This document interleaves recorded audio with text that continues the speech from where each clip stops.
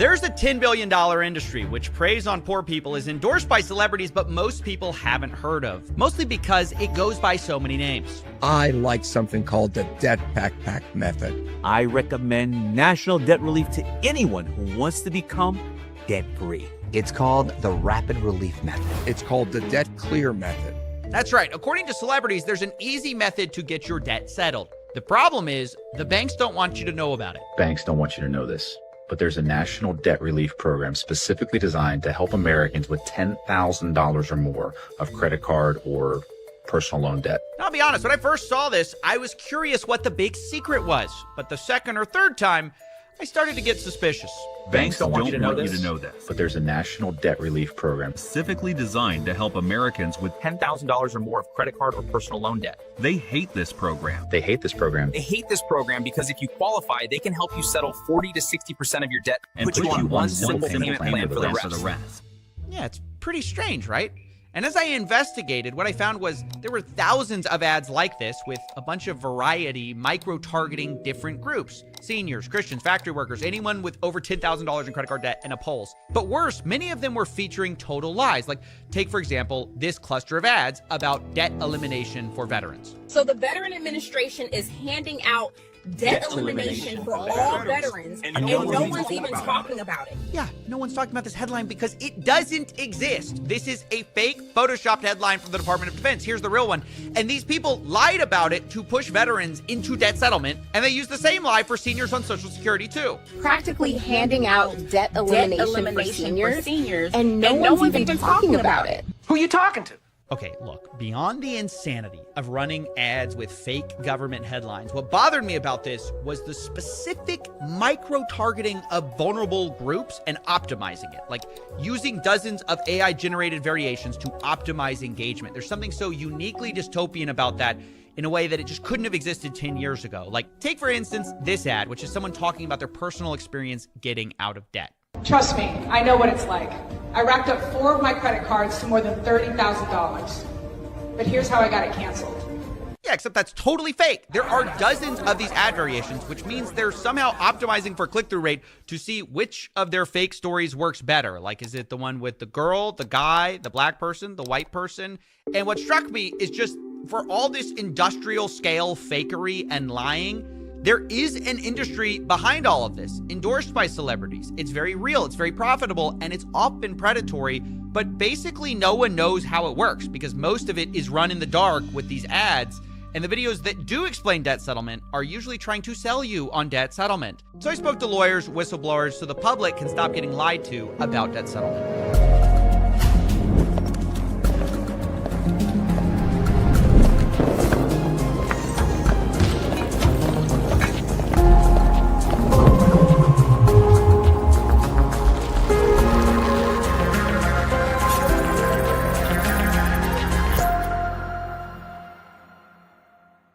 It is a fact that people are in crippling amounts of debt and want a way out. Unfortunately, that attracts con men and scammers. Now, I'm not here to tell you that all debt settlement is a scam because at its most basic, debt settlement is simply a process where a debtor who owes money and the creditor, the person they owe money to, agree to settle a debt for a lower total amount. That is objectively not a scam, and it is sometimes the best move for both parties, usually because the debt is in default, the creditor is probably going to not get paid otherwise, and the debtor can't pay. So that, to be clear, is not what this video is about. Today, we're talking about the debt settlement industry, which sells people on the idea of not paying their bills as a shortcut to getting out of debt and takes a fat fee for it. And we're going to talk about how this industry often doesn't disclose the risks, and even worse, tricks people to get them in the program in the first place, which I heard about from someone who sold debt settlement for a living.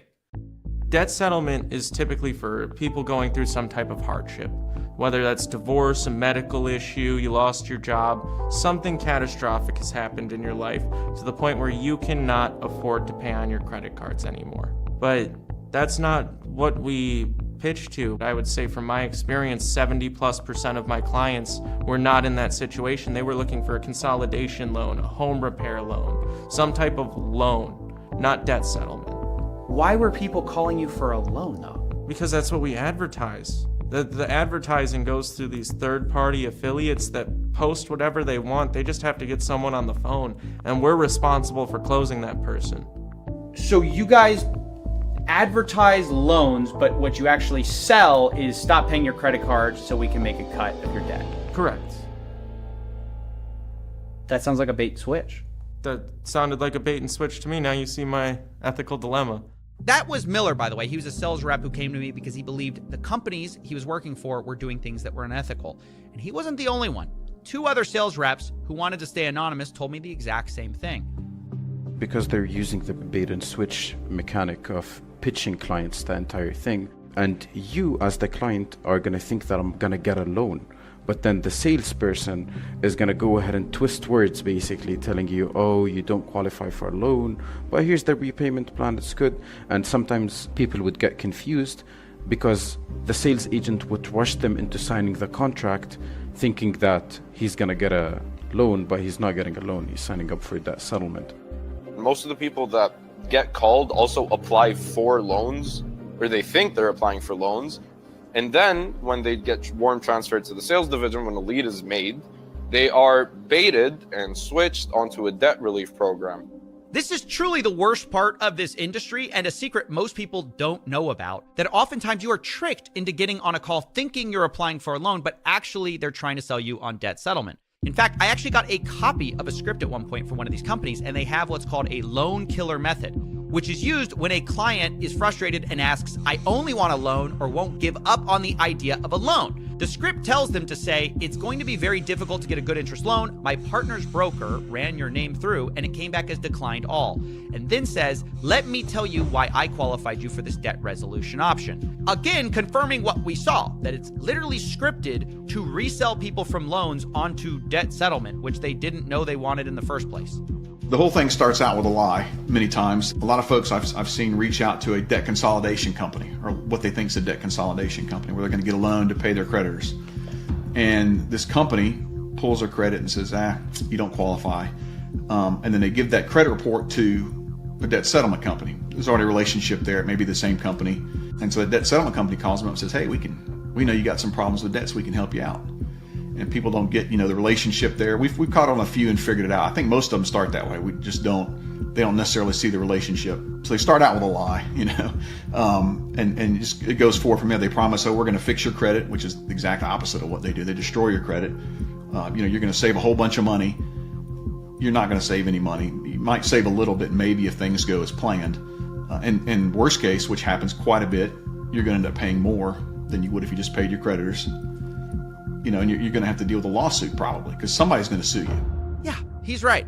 That was Clifford, by the way. He's a lawyer I spoke to who helped me understand how common it is for people to get sued. I didn't realize it, but lawsuits are the biggest risk of these plans, because when you stop paying your creditors, they have no obligation to negotiate with you. I mean, yes, sometimes they do settle, but sometimes they sue. And I learned debt settlement lawsuits are not just possible, they're one of the most popular kinds of lawsuits. They are so common that in many states, it is the #1 lawsuit that gets filed. According to Pew, debt collection takes up almost 50% of our entire civil case docket. And those numbers have only increased in recent years. So not only do debt settlement companies often start with a lie, many don't tell you the truth about the risks, the main one that you get sued. But even assuming everything goes according to plan, the fees these companies charge eat into most of your savings. See, the reason this industry has such aggressive advertising is that it's so profitable, and affiliates will say anything to get the sale. This is because the companies charge up to 25% of the debt they settle as a fee, which leaves few, if any, savings on the table for you. And to understand how this works, we'll do some quick math. Let's say you have $10,000 in credit card debt and you default to enroll in a debt settlement plan, thinking you're going to save tons of money. How this works is you stop paying your creditors, start paying the debt settlement company via a special trust account. We'll assume for this example that you don't get sued and the settlement company charges a 25% fee. Assuming your creditor settles for 50%, you'd initially think you're getting out of debt for $7,500, saving 25%. $5,000 to your creditor, $2,500 to the negotiator. But not so fast, because you've defaulted on your debt, which means your credit card balance was growing the whole time with penalty interest and late fees. Again, we'll be charitable and assume your balance freezes after a 6-month charge-off. You're actually going to be paying more like a $12,000 debt, meaning you're actually paying $6,000 to your creditor and $2,500 to the settlement company, or $8,500 total. Except we also have to add in taxes on the forgiven debt, which the IRS classifies as income.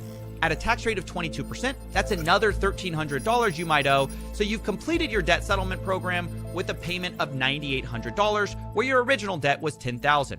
You saved 2% with a 50% settlement. Now, of course, yes, there's a lot of nuance here, and we use nice round numbers, but the point is this. Even when you get a great settlement and things go perfectly, you probably didn't save as much as you think. And this is the core problem with debt settlement. People are sold on an unrealistic view of the upsides and don't understand the downsides, which is why most people don't finish these programs. So look, if these companies don't disclose all the facts, if they do charge high fees, why do you need them at all? Well, these companies would argue they have special relationships with creditors that let them get better deals. And the reason is you can't just call up the credit card company and be like, hey guys, I want to negotiate my debt. It doesn't work like that. Because you have to know who to speak to that has the ability to negotiate with you on behalf of the bank. The problem is most folks don't have the relationships with the people at these banks to get the best savings. That's right. The debt settlement companies basically say, look, we do this all the time. We have great relationships, and that's why we're going to get you a great deal. But not everyone agrees with that. Here's Dan, another lawyer. My main problem with it is they kind of overhype and oversell or outright misrepresent that they somehow have some special relationship with the creditors. These companies will never tell a consumer that. They will never say that the deal that they're likely to get for the consumer is probably the same exact deal that the consumer could get on their own. Why can't people do it themselves? I mean, these companies kind of represent that they have special relationships with these creditors, etc. Is that true? Can people just do this themselves? 100% do it themselves. Wow. So after all those ads, all the supposed secrets the banks don't want you to know, it turns out you could always just do all of this by yourself. But of course, you're still taking on a bunch of risk of maybe being sued and late fees, which is why at the end of the day, this is an extreme option that should not be taken lightly. And look, I was going to end it there because I'm not the type to recommend anything to a broad audience, but given that I know so many people are deep in debt these days, and I had spoken to some experts, I wanted to give them the floor to say what they see people do when they're deep in debt that isn't as predatory. I always recommend, I don't do a lot of bankruptcies anymore, but I always recommend somebody talk to a bankruptcy attorney at least to see what that looks like if they're having a problem with their debts. You're in $40,000 worth of debt and you're on Social Security and that's your only income. Anything I can do for you is going to be a Band-Aid as well, and it's probably not the best path. Why don't you speak to my colleague who is a bankruptcy lawyer? So one is nonprofit credit counseling, which is different than these debt management companies. It's going to be somebody who actually counsels you about your income, your expenses. They come up with a plan with you about how much you're going to have to pay, and they are able to work much more effectively than a for-profit debt management company to work out a plan if, let's say, it was a temporary hiccup with your income. Everybody else should have a conversation with a bankruptcy attorney, because bankruptcy is the best way for somebody who doesn't have a way to pay off their debt to be free of the debt and to rebuild their credit. Well, there you go. Now, to be clear, none of that is personalized advice. You need to talk to somebody if you actually are deep in debt. There's no one-size-fits-all solution. But the biggest thing I hope you take away from this video is that people selling you on quick fixes or secrets the banks don't want you to know, they might have a few things to hide themselves. Psst, coffee. Come here. Maxwell, what are you doing here? Come on. We're doing the Patreon. I gotta show you something. Look, I'm telling you, this is gonna change the game. Remember when you said that thing about the veterans? Yeah, it's a scam. You were wrong. You were 100% wrong. No, watch this. No, don't watch. I mean, watch what? We're watching the patrons. We gotta respect the patrons. I think there's been some confusion. This debt relief program is 100% legit. See, I told you. I knew it was legit. That's obviously an AI. What are you doing? I mean, it's obviously an AI. You're gonna make me raise my voice. I mean, my mom was AI. Yeah, what's wrong with it? It's obviously fake. It's fake. What do you mean? Oh my God! Says the guy using 2 anonymous sources. I was like 10 of these guys. That's called protecting your source. I mean, you would know because you're not a journalist. Okay, well I got more sources, so who's right? Sources. Exactly. They say all the same thing. I mean, what are you talking about? What did they say? All the same thing? All right, you want me to show you? I'm just going to show you, okay? Because the proof is in the pudding. Don't bother. Don't worry about it. Oh, it's not a bother. I got them right here. If I didn't have to look at the screen right now, you'd be in big trouble. Don't look at the screen. Look at me. Look at me in the eyes when you say that. Yeah, that's what I thought. Are you gonna play him? I mean, what are we waiting for? You queuing this up? You're taking. There's a lot of videos to go through. Okay, You're it's a lot generating of them right now? investigating, resourcing, something you probably wouldn't know about. Play the clips. Play the clips. Come on. We're all dying here. The patrons are being disrespected as we speak. Oh, respect? You're going to talk to me about respect. I have respect for the truth, okay? And you should be grateful that no one's even watching this far, because if people saw this stuff that you were pulling, the facts that you're ignoring... Are you done? I mean, what are you doing? What are you doing? You're sabotaging. You weren't in the show. I got You're it. jealous. Yeah, now you're sabotaging. Most people saying it's too good to be true either didn't qualify because they didn't have enough in qualifying debt, or they clicked on one of the many wrong websites circulating out there. I'll leave the correct website down below so there's no confusion. It's only going to ask your age, debt amount, and a few other simple questions. If you have over... Ladies and gentlemen, time for a little bit of positivity. I know. Something that I hate to do on this show, guys. I see positivity, I go, ah. But it's time. Because I focus a lot on the scummy side of this industry. I feel like some of you guys know what I don't like. Do you know what I like? Even though I tell you guys, don't listen to old Steve, don't listen to my advice. I'm just another idiot on YouTube. Just like all these gurus, they're idiots too. I'm just another one of them, right? I'm just another idiot. I tell you guys not to listen to me. I know there are some of you who are dumb enough to do it anyway. So if you're going to listen to me, you might as well know what I think about a few things. Because some of you have said, privately you reached out to me. This is some of the 13-year-old bot army. You reach out to me and you say, Stephen, I want to be an entrepreneur. But I know that you don't believe in that. And I go, whoa, what do you mean I don't believe in entrepreneurship? Or they go, Steven, you know, I want to invest in self-help. I like self-help, but then you just seem like you're against it. And I'm like, wait, no, I'm not against it. And I realized one problem. When you talk about the negative a lot and you don't spend as much time talking about the positive, people can misconstrue you to be negative about everything. And so I wanted to be clear that this industry has really perverted a lot of really good things that otherwise I'd be a really big fan of. And then it seems like maybe to some of you, I'm not a fan of. I am. So we're going to do a little talk, little Coffeezilla talk. I love self-help. Coffeezilla confess. That's right, boys. We got a presentation in the work. Let's go. Expectation. We're just going to do a lot of expectations versus reality. Right, guys? A lot of people say, Steven, you're so against self-help. Reality? I'm against predatory gurus who promise quick, get-rich-quick solutions. I actually love self-help. I don't know if you guys know this. I'm a big fan of self-help. It, when I was a young lad, it helped me. I mean, I think it's a phase everyone goes through, honestly. Everyone goes through a self-help phase. You take some lessons, learn about improving yourself, and you apply them throughout your life, but you don't need to be, like, reading self-help books forever. I think you get, like, the general key takeaways, and you kind of move on with your life. A lot of my life has been instructed by learning things on my own. And that's the true ethos of self-help, is literally, look at the root, self-help. You help yourself. Now what's going on is a perversion of that, where it's someone else helps me. That's the new thing. Someone else tell me how to live my life. That's the guru mantra. That's what they do. They go, watch me, just copy me. No. That's not self-help. So I'm for self-help. These guys who are telling you to buy all their stuff, they know the secrets. They're against self-help. I'm for you learning the meta skill, the most important skill you can learn, which is how to learn. If you can learn how to learn on your own, you've cracked the code. You can do anything you want with your life. And if I had any overarching message, it would be to learn that. I mean, like I said, I'm really against advice. I think most of it's stupid.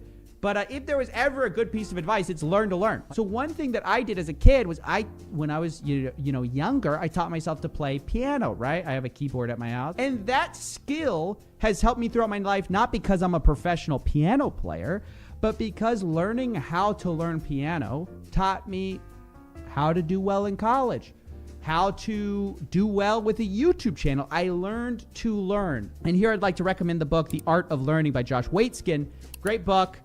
It's about this skill. Pick it up, guys. I'm very pro this. What I'm not for is this treadmill of like course, because I think it's not actually teaching you the meta skill of how to fish. So wanted to be clear about that, make that very clear. I'm not anti-self-help. I'm very pro self-help, the true kind of self-help. Number 2, you're against investing in yourself. Also, not true. I know you guys might think, oh, Steven, he doesn't want me to spend any money. No, It's just stupid money that I don't want you to spend, right? It's just spending your money in stupid ways. If you have like millions of dollars, none of this applies to you. These guys pay $12,000 each to sit in that chair. I look over there, I'm like, man, they're crazy. Let's say you're like most of us, you don't make a ton of money, you need to budget appropriately. Well, a guru would say, spend your last $1,000 with him. Grant Cardone literally said that. I got my last grand, dude, and I got Christmas coming. Should you spend it on this? Absolutely. I would tell you the same thing. What I'm for is I'm pro-investing, anti-spending, right? Everybody knows there are good investments, there are bad investments. For the same price that you could get one Grant Cardone thing for, the Grant Cardone special, right? You can get a gym membership, you can pay rent that month, and maybe you can afford groceries, all for the same price. Now, let me ask you guys, what sounds like a better deal? I'm just telling you guys with these gurus, a lot of these guys, first of all, a lot of them just scam you outright by not giving you what they promised. But even the ones who are giving you something, maybe they are a businessman. What is the ROI on spending $1,000 when, let's say, you only have $1,000 in your bank, $2,000 in your bank account? So I guess, call me old-fashioned, I'm like pro-frugality. Anyway, let me just put another reminder that this is all just dumb advice, right? Don't listen to any of this, but if you're gonna listen to me, at least understand what I think. Expectation 3. You're against following your dreams. Oh boy, did I get a lot of emails this week after my debate with Billy G. People like, Stephen, you're against people following their dreams. And it's like, no, you idiot. And I'm sorry, but I've been trying to preach this forever. I'm not against people following their dreams. I followed my own dream. That would be so stupid. I wanted to be a YouTuber. I got my engineering degree, and then I went to become a YouTuber, and I'm doing the YouTuber thing. I'm literally living my dream. So I could not be more or less against people following their dream. What I am is pro statistics and reality-based decision-making. I'm not going to be your buddy to lie to you and tell you you have a good chance as an actor. I'm not going to lie to you and tell you as an entrepreneur you have a great chance, because the realities are what the realities are. I'm also not for like saying, oh, it doesn't matter. Statistics don't matter. They do matter, which is why you have to make evidence-based, reality-based decision-making. I still chose to become a YouTuber, even knowing that it was unlikely. But I didn't delude myself into thinking that I'm for sure going to make it. That would be stupid, and it would produce bad results on average by definition. So guys, again, if you're out there, if you're dumb enough to listen to me, let me say, I don't think you should not chase your dream, right? Just understand what your dream entails. Maybe get a safety net. It's not crazy to have a safety net, right? That's why I finished my engineering degree before chasing my dream, is I knew that if the dream didn't work out, I could always fall back on something, right? And so far, I haven't had to fall back on that. But, with canceling being what it is, I might get canceled tomorrow. And in that case, at least I'll have my engineering degree to fall back on.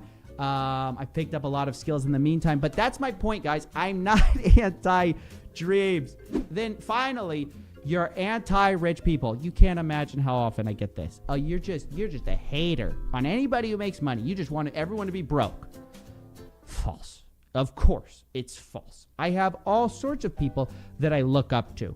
People who've changed industries, like the memer Elon Musk. Say what you want about him. He's, he's a little sketchy, but he really has revolutionized industries. Sam Walton, same thing. You can find problems with the man, but he revolutionized commerce with Walmart, right? Amazon, Jeff Bezos. There are people who are changing the world in a good way and at the same time enriching themselves. So what the reality is, look, how you make your money is everything. A story I like to tell is that Pablo Escobar was famous for trying to launder his reputation and make it better by donating a lot of money, right? Here's this, drug kingpin who is trying to make himself a good name by donating money. Now, I'm not going to say it's a bad thing that Pablo Escobar donated money, but the point is that he's not a good person just because he's rich. Being rich, it's not a good thing. It's not a bad thing. It's all how you made your money. Did you make it by selling drugs? Did you make it by changing the world positively? Did you make it by selling a bunch of kids a get-rich-quick scheme? Like, that is everything. So when somebody says to me, oh, I have more money than you, I'm cooler than you. No, you're not. And I'm not better than anyone else that I make more money than. That doesn't matter. What matters is, how are you affecting the world? I look at people who are running nonprofits like the Khan Academy, right? I look at people like Quincy Larson, who's running Free Code Camp. They might not make as much money as a guru, But in my opinion, and I think a lot of people would agree, they're doing way more to change the world in a positive way. And that's what ultimately matters. So that's my list. I think that's the end of this presentation. Yep, that's the end. And yeah, I just wanted to get this out there. So again, don't listen to me. I am just a guy. But if you're gonna listen to me, I don't want to hear this stuff, get messed up, because the truth is that I'm not anti-self-help. I'm not anti-investing.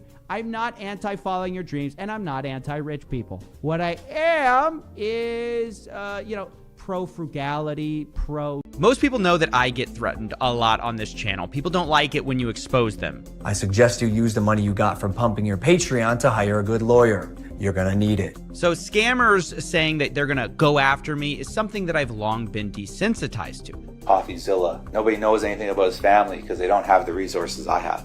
But what we don't talk about a lot is that the opposite is also true. When victims of scams learn what's been done to them, the scammer very often becomes the target of a lot of personal threats. And honestly, most of them seem to take the same approach I do.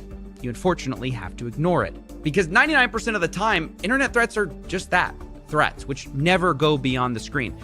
But this video is a reminder that every now and then, someone will take it all the way. We're talking today about Aiden Pleterski, a scammer who taunted his victims with flashy cars and took their money until it was too late. And he was kidnapped, beaten, and ransomed for $3 million, leading up to this video, which I will warn you, may be disturbing. Everything that happened is my fault. I'm not going to put the blame on anybody else. I'm not going to try to put the blame on anybody else. I feel humiliated. I feel disgusted in my actions. I feel disgusted in what I did. After 2021, I feel like a lot of it was illegal. All these guys that are owed the money, I'm going to do what I can do to make it right. I'm going to call each and every one of you individually. What you just saw is a man who used to be called the Crypto King by Forbes.com, who took in $40 million via a Ponzi scheme and never repaid his victims. In this video, he appears to be apologizing for those actions, but now that he's free, he says he had no choice. Now, we first learned about the kidnapping back in March when Aiden Pleterski's father claimed that Aiden was kidnapped. But many people, including myself, didn't really know what to make of these claims because no evidence existed besides an interview, which was filed in court. The father says that his son was taken. They basically held him for approximately 3 days, drove him around to various parts of southern Ontario, beat him, tortured him, allowed him to make specific phone calls. Approximately 2 or 3 days later, he was released with the threat that he needed to come up with some money fast, specifically $3 million. But this week we found out that this kidnapping was very much real and that 5 men were arrested and charged with kidnapping. And we know that allegedly one of the kidnappers, Akil Haywood, actually knew Aiden quite well because he invested with him. Court records show Haywood lost more than $700,000 investing with Pleterski, and in another twist, he was appointed as an inspector in Pleterski's bankruptcy proceedings. That's right. One of the kidnappers was one of Pleterski's victims, who presumably watched him post luxury cars and private jets to social media until he had had enough. And as one of the bankruptcy inspectors, he had access to special kinds of information about Pleterski, possibly including the fact that some of the trustees thought Pleterski was hiding assets. Do you believe that he's hiding assets from you? I have reason to believe that he is still hiding assets, yes. So Haywood likely knew Pleterski wasn't sharing everything, and likely knew other people in the case were hiding information too, like Colin Murphy, one of the fundraisers for this Ponzi scheme. In January, he wiped his phone of all the data which he was asked for, and he had a very bad explanation for why. You wiped your phone before, knowing that they needed what was on it? I keep super sensitive stuff on there with my girlfriend, and it's funny because this Norman Groot guy, he's saying, oh, I'm hiding this information and blah, blah, blah, blah.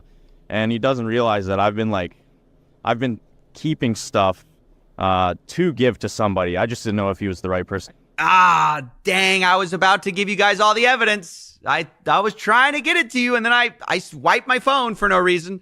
Yeah, this may be one of the most transparent ways to hide evidence. Wipe it before and go, I had a girlfriend, guys. Can't hold me accountable. And my point is, these details suggest that Haywood might have believed that Pleterski was hiding assets that he could get that the court simply couldn't. Although it's worth saying, I'm definitely not defending what Haywood did, kidnapping him, because not only is it completely wrong, it quickly came out that Haywood isn't some misguided vigilante for justice or something. Given what he did next, he seems about as horrible. Haywood is also charged with threatening an official from Grant Thornton who's overseeing the proceedings for $2 million in cryptocurrency. The accounting firm said Haywood resigned as an inspector. Grant Thornton said, "We've been cooperating with police and have maintained open lines of communication. We cannot comment any further as this is an active investigation." Wow, you heard that right. Not only did Haywood threaten the scammer, he threatened the bankruptcy lawyers in the case and wanted a bunch of money from them, which is really playing both sides in a creative way, I've got to say. And my point is, look, it's not like he was looking for the amount he was owed, which is allegedly $740,000. He was looking for millions of dollars as a payday. So no one in this situation is particularly great. And of course, since then, him and his co-conspirators now face kidnapping charges. But what I do find very confusing is that all of the crimes being passed around here like a game of hot potato, the one person not being criminally charged in this situation is Aiden Platursky himself, the original scammer in this whole situation that started this all. He lied to all those people, said he was this great cryptocurrency forex trader, allegedly stole tens of millions of dollars, spent most of it on cars, private jets, and expensive houses, and he's not being charged? Like, I'm so surprised by this. This case is very reminiscent of another story that we've just recently did with Ted Safranco, who promised these amazing forex trades but just ran a big Ponzi instead. And not only am I surprised by the size of these Ponzi schemes and that Platursky did something very similar, he invested only 2% of the $40 million he took in, but I'm also surprised by how blatant of a fraud this is. And incidentally, the similarities don't stop there with our last story. Remember, Ted Safranco claimed he was also attacked by would-be creditors. And so this pattern of crypto or forex scammers isn't going away anytime soon, nor are the legions of upset victims who are pissed both that they got robbed and that most of these people face little to any criminal charges. And so it's easy to see why they're frustrated, although I have to say that I disagree with the method. Kidnapping someone who scammed you and ransoming them for money in some kind of scammer Uno reverse card is not a good idea. And getting an apology from them when you've beaten them up isn't doing anyone a service. So for ethical reasons, human reasons, and stay out of jail reasons, maybe don't do this. Don't do it. Sounded a little half-hearted, Coffee. What's next? Please drink responsibly? I don't know. I constantly get threats, so I sympathize with the guy. And don't do it is the right answer, but I don't know. But what? Well, I don't know. I get it, I guess. I mean, it's wrong, but I get it.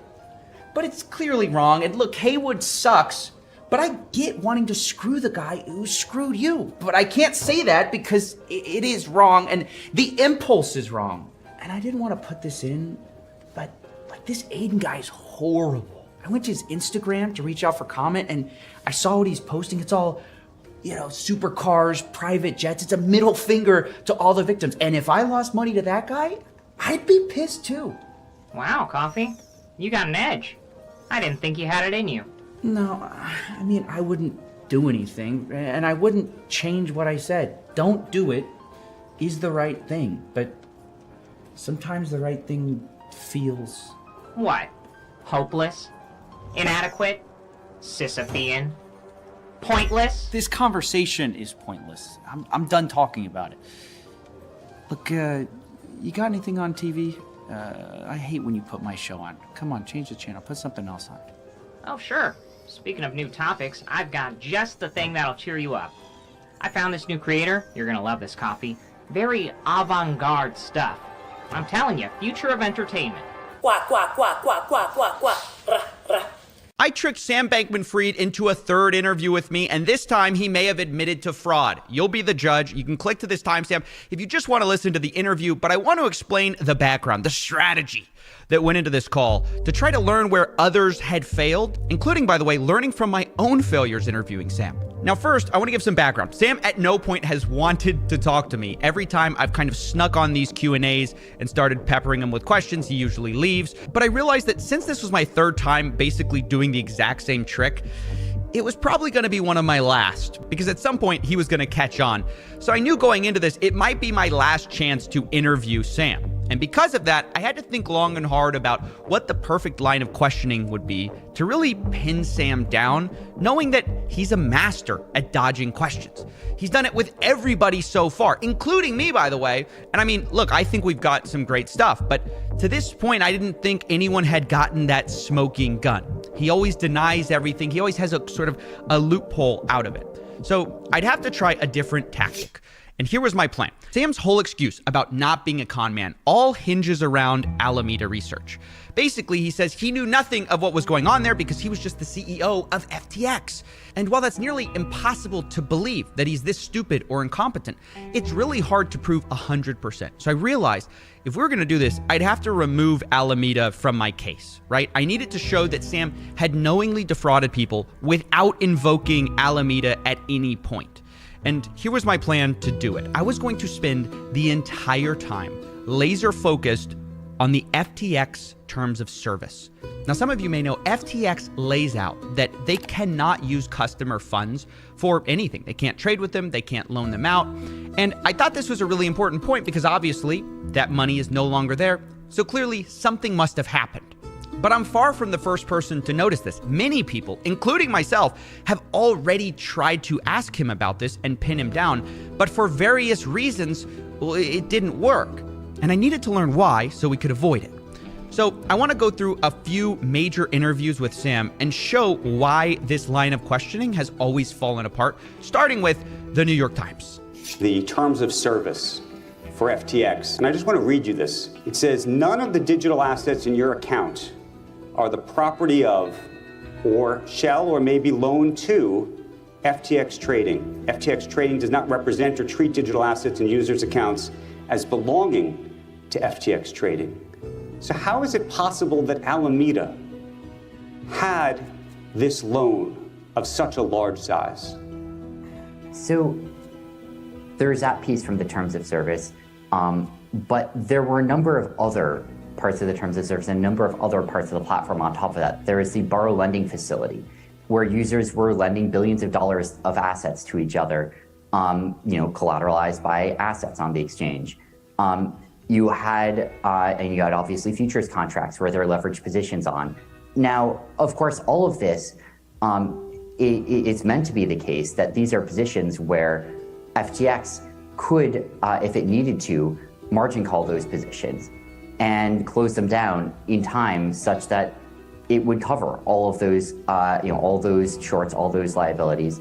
Obviously, that wasn't the case here, and that's a massive failure of oversight of risk management and of diffusion of responsibility from myself running FTX. But just make this very straight. Was there commingling of funds? That's what it appears like.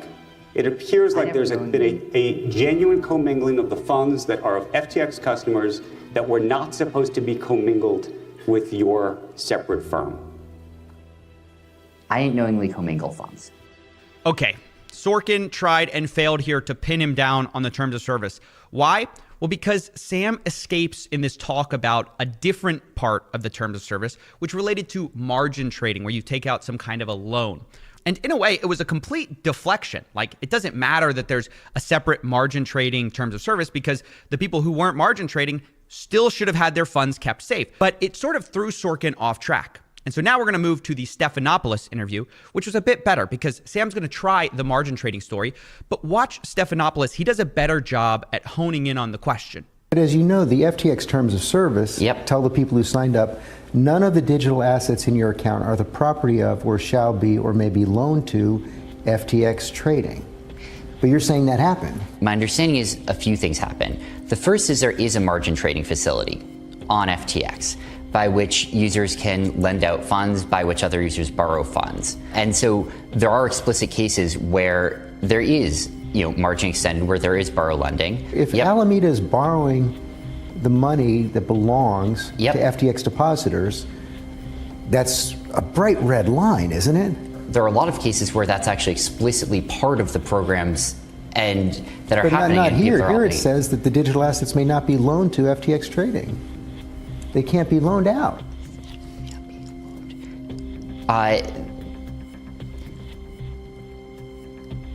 There existed a borrow lending facility on FTX.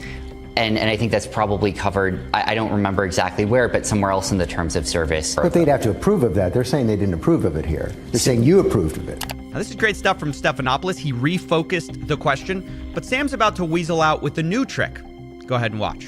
If you rewind to, the beginning of FTX, where, some customers were, I think in line with sort of existing relationships that they've had, at least in some cases, wiring money straight to Alameda Research in order to trade on FTX. So you do know, and you did know, that FTX deposits were being funneled to Alameda. So I was vaguely aware that that was how some wires were being sent in the first place. Didn't that set off alarm bells in your head? So there are a lot of people who are involved in that process. And look, I really deeply wish that I had taken a lot more responsibility for understanding what the details were of what was going on there.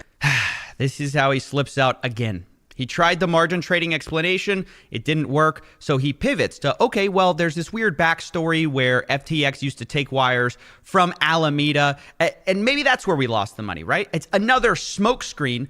But unfortunately, it kind of hamstrung the conversation. And if I was going to succeed, I'd have to beat that explanation. And in the first couple interviews I did with Sam, I tried to go with this insider angle, where insiders I had talked to had told me something very different, but it didn't work. Go ahead and watch. There's sort of all this talk about the terms of service. Did you break terms of service? Did you not? You're basically claiming that there was this separate side of your terms of service.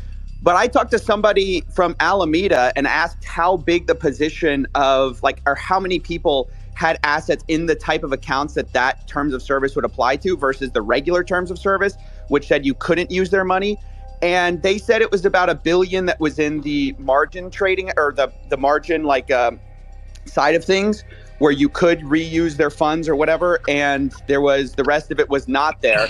So it seems like you're putting all your eggs behind this one excuse about, there was this separate side of the terms of service. How do you address everyone else? So I don't have all the data in front of me. My memory is that it was substantially more than $1 billion. I can't verify that. On top of that, there were other effects as well. Some of those were early wire transfers sent directly to Alameda.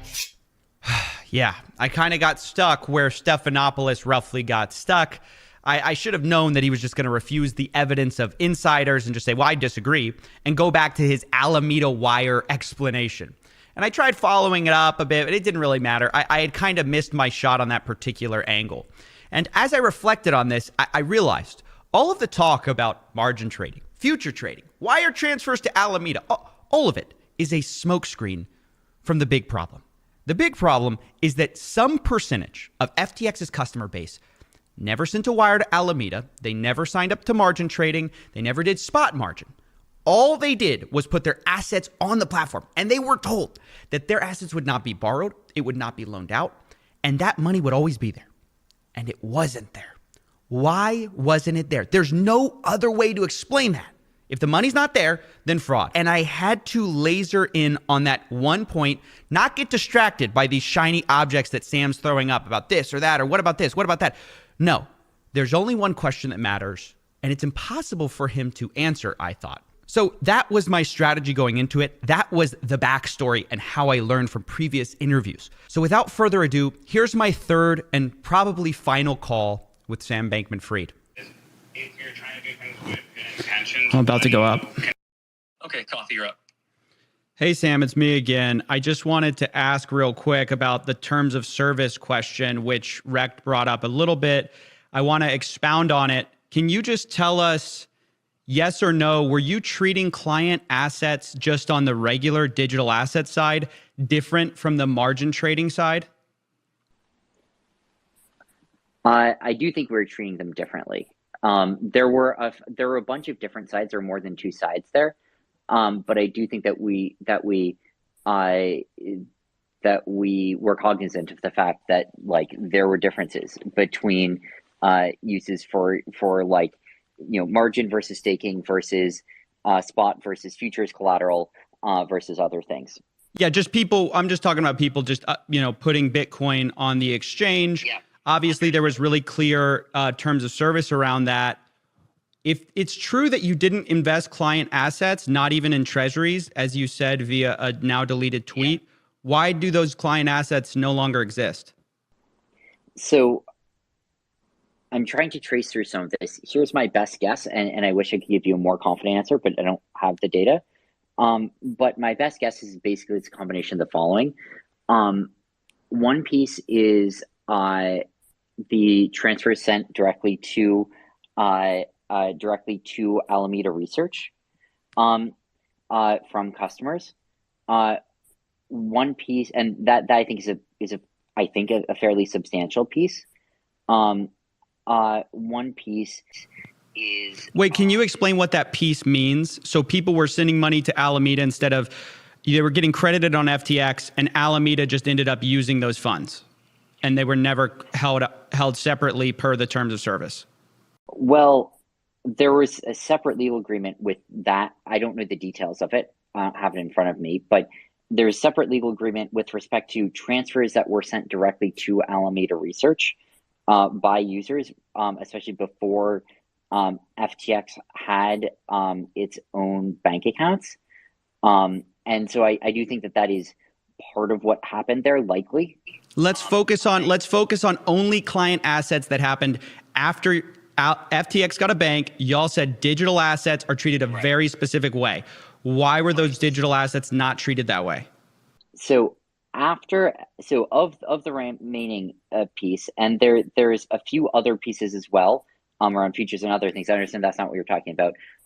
For the ones that you are talking about, right? For the ones that were left, and I'm just taking a stab at this because I don't have the data, but my best guess is the following, is that there were a lot of those assets remaining. We processed something like, $5 or $6 billion, I think, of withdrawals over the few days prior to, or I guess the few days, during the crash. And there are still a few $1 billion of those remaining, I think, in the estate. And so you put those together, you have many billions of dollars of those assets. But I think, and so that's part of the answer, is that there were a large number of actual assets there. I think there's one follow-up question you probably still have there, which is, well, how about people who didn't withdraw and were also in that bucket? And part of the answer is, well, there still do exist some number of billions of dollars of assets, of hard assets in the estate. No, is there one-to-one assets? Because that's the whole thing. We're talking about a separation of funds. So those funds should be in a different place, in a different wallet than everybody else. What you talked about, servicing billions of dollars of withdrawals, has nothing to do with those specific digital assets, because that's just first come, first serve, whoever pulled out first. We're talking about people who never agreed to have their funds loaned out, who never agreed to have their funds put on margin. They should have, according to your terms of service, one-to-one backing. It should all still be in some bucket somewhere. And are you confident today, as the CEO of FTX, this has nothing to do with Alameda, are you confident today to say that those are absolutely real and they exist and they're present, people are backed one-to-one on client digital assets? So I think, and again, I'm just taking a stab here, but I think what happened is that if you look at especially a lot of the withdrawals that happened, those withdrawals were not necessarily only coming from people who never used margin trading or futures or staking or anything else. Those weren't just withdrawals from people who were keeping one-to-one backed, or were sort of just keeping them as pure spot balances. And it was omnibus wallets, between the various categories.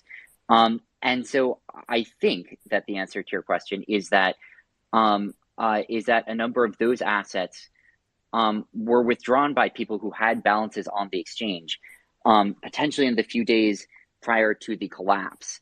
And if you wanted to think about it this way, it could be that that happened, and then when the collapse sort of completed, that effectively meant that there was, if you wanted to put it this way, like fungibility created during those withdrawals between assets for people who had and had not been using. But that means that there is no separation of funds. If there's fungibility between two different buckets of there are no buckets. It's just one bucket. Everyone's taking out of the bucket, which means substantially anyone who had your terms of service with digital assets wasn't actually subject to that terms of service. They were subject to the same terms of service of your margin trading, right? Which is your more risky product. So you subjected everyone to the higher risk product because fundamentally, when it came down to it, you're saying there's fungibility. It's $1 here, $1 there. Everyone can take out $1 as fast as they want.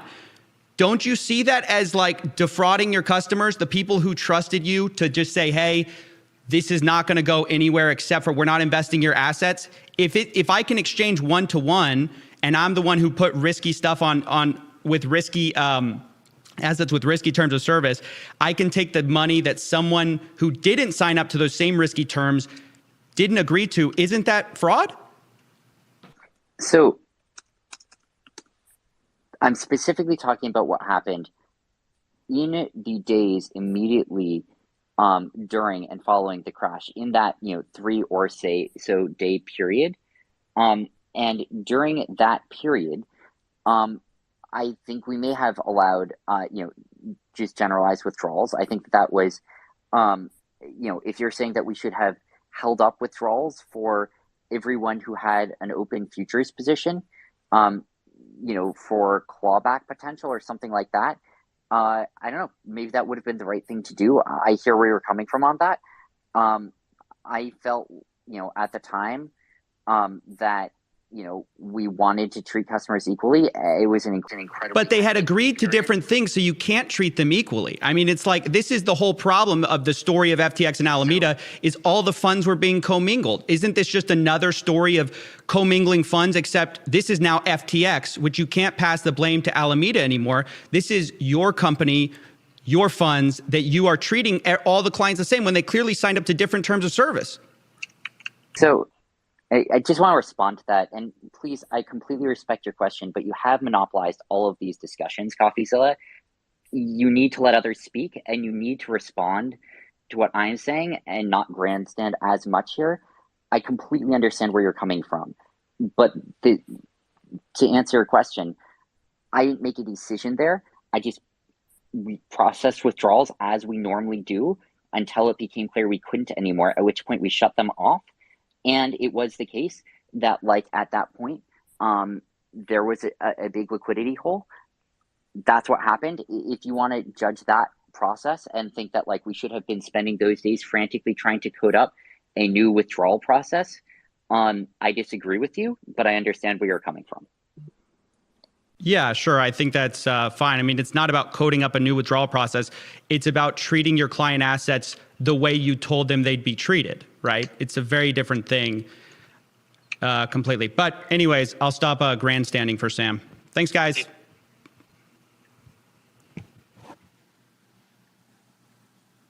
Oh, my gosh. Woo! Oh my gosh. Wow. We got the call out. We got the shout out. All right. You can probably tell I was pretty excited about that because I finally got what I was looking for. A straight answer on the problem of funds, right? Sam explicitly says that FTX was not separating funds. They were allowing generalized withdrawals. The dollars were fungible from different buckets. You can't do that. We finally dodged all the BS about margin trading, about Alameda wires. We finally got to the heart of it, which is that there are no funds left over for the people who just should have had their funds separated because they never separated them from the beginning. They were always seemingly commingled. And although Sam wouldn't necessarily agree that they were always commingled, the proof is in the pudding.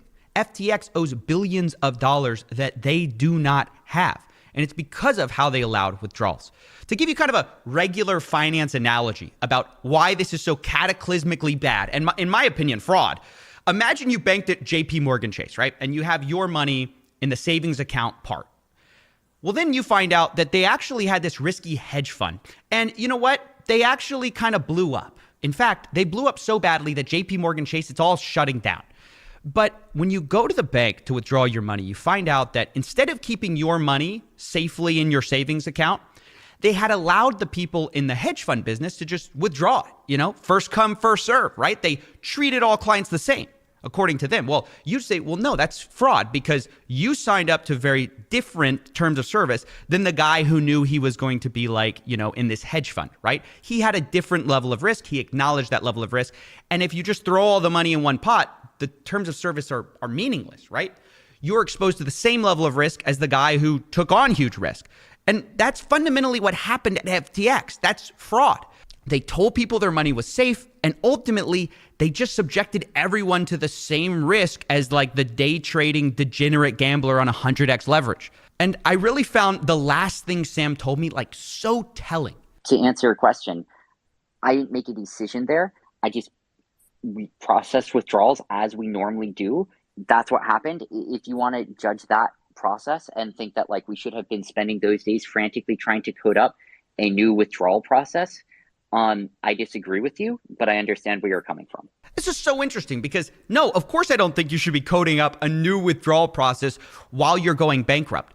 But if throwing all your client funds in a pool and letting the first come, first serve get the money, that's the wrong process to begin with. Your process was fraudulent from the start. It should have never been your process. Your process should have been what you promised clients, which is, of course, what I told Sam.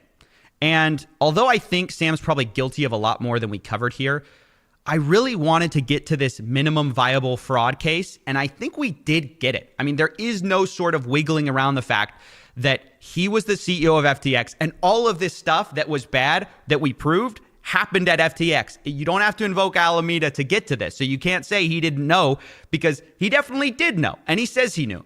So the last thing I'm going to close on, and I thought it was the funniest part, was his little outburst at the end about me monopolizing his time. So I just want to respond to that. And please, I completely respect your question, but you have monopolized all of these discussions, Coffeezilla. You need to let others speak and you need to respond to what I'm saying and not grandstand as much here. And I thought it was notable for two reasons.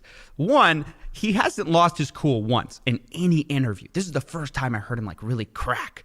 And I thought that was interesting. But I also thought it was interesting because it's just not true. It's totally wrong. I've talked to Sam for, I think, 30 minutes across 3 interviews total, like in total. And for context, he gave the New York Times an hour. He gave George Stephanopoulos 2 hours. I think out of everyone he's talked to, or at least of the major interviews, I've talked to him the least. So if anything, I'm efficient with my time. That's all I'm going to say. And speaking of being efficient with my time, this video is over. Lock this man up, and I'll see you later. Thanks for watching. Scammer versus scammer showdowns are here, and they're using my investigations to try to hype their fight? All right, then.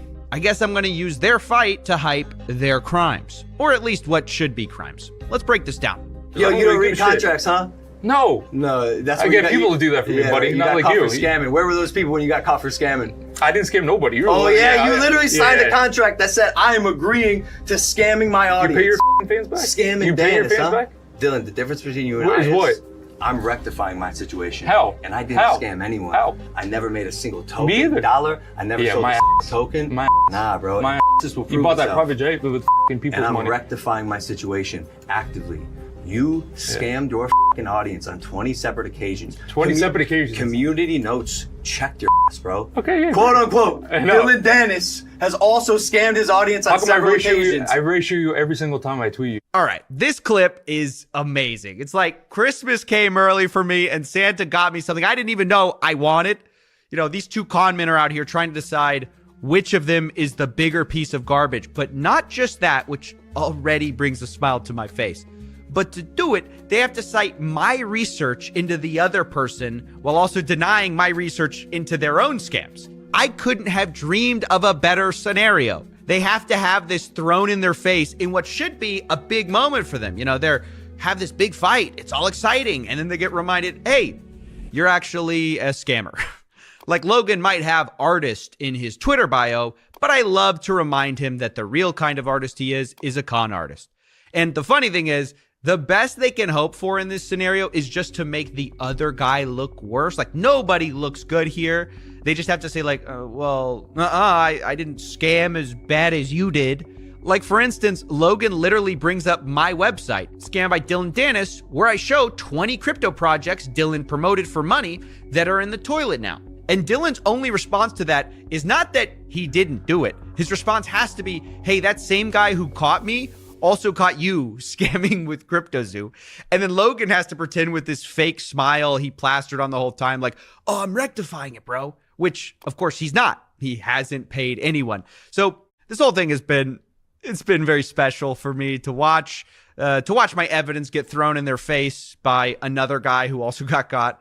But as funny as that moment was for me, I didn't want to just leave it there at this level of drama, because right now, that's what this is to them. It's drama to use to hype a fight.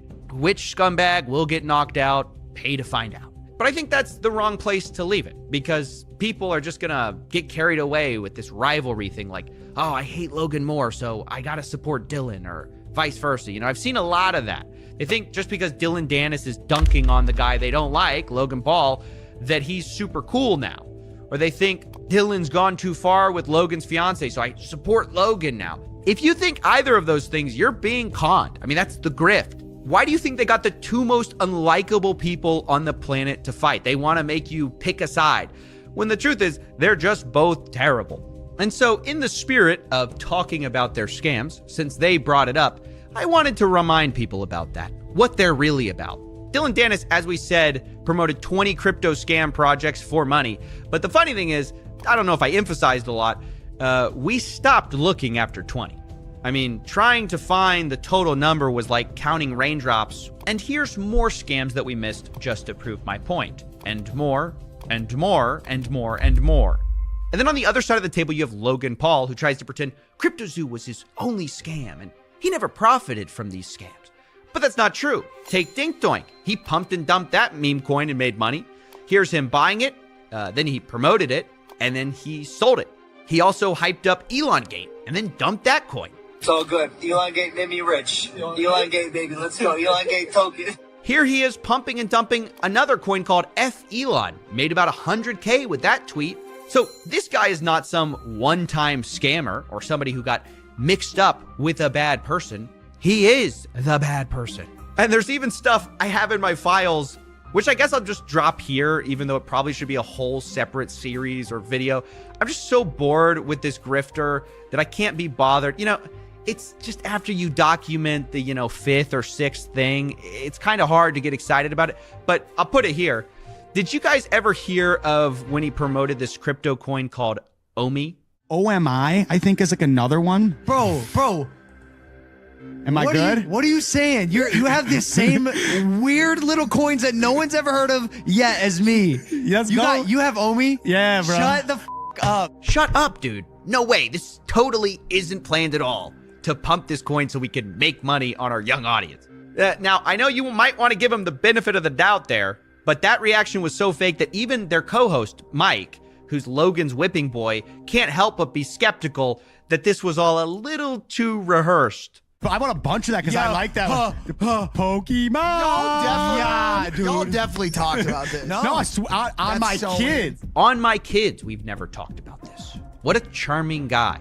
Well, what if I told you I had video evidence of them talking about buying OMI, colluding behind the scenes before their podcast went live to you guys? Yo, Ben, we need some more of these Akomis. Please, bro, please. EOD, if possible. Yep. Because we have an episode going tomorrow where we talk very highly of OMI, and I wouldn't be surprised if that caused some traction. Let's go. OMI a wagon. Let's go. Logan Paul hanging out with the guy he's never talked about OMI with before. Remember, on my kid's life. And they say, hey, we need to buy more of these Akomi or OMI. More, as in they've bought it before, meaning they've talked about it. You know, and the guy they're talking to, by the way, is Ben Gadenzi, who is selling these coins to influencers privately at a discount behind the scenes. And then those people, a lot of them would just dump it on the market and hurt retail. And worst of all, like, they mention the fact they know it's going on the podcast. And that's the reason they want to buy it early, because they know, quote, I wouldn't be surprised if that caught some traction. It's just blatant market manipulation. But you know, some people might say, hey, don't be so critical. He did say not financial advice. Omi, this is not financial advice. You know where Omi is at right now, right? It's like fractions. It's hundredths of a penny. 0.003. This. They didn't pay me to do this. They should. I'll reach out to them, but we'll take free coins. See, he said not financial advice and that he wasn't paid for this. Although he said he was going to try to get paid for this. Does that make it a get out of jail free card? Well, let's look at the impact. Obviously, insiders like Logan and Chase got in early and bought it up, realizing that it probably was going to catch some traction when they came out on this coin totally normally and not in a planned way. In fact, one guy sent in $852,000 right before the podcast, saying, we'll be on YouTube and I'll be pushing it hard on my socials as well.